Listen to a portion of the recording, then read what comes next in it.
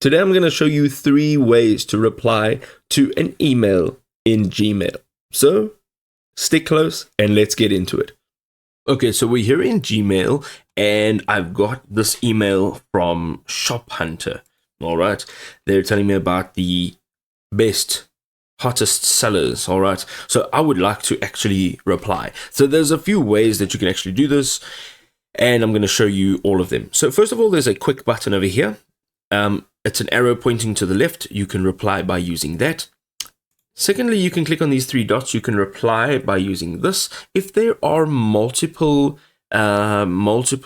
recipients, so let's say that it's from one person and then it's to a list of different people. Okay, this means that there's an email thread with multiple recipients. You'll actually have the reply all button over here, which means whatever message you're going to be sending, it'll be sent to every single one of the recipients in the CC. Okay, let's just go to the bottom of this email.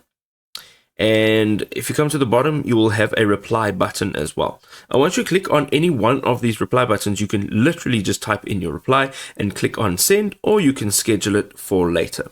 I hope this was helpful.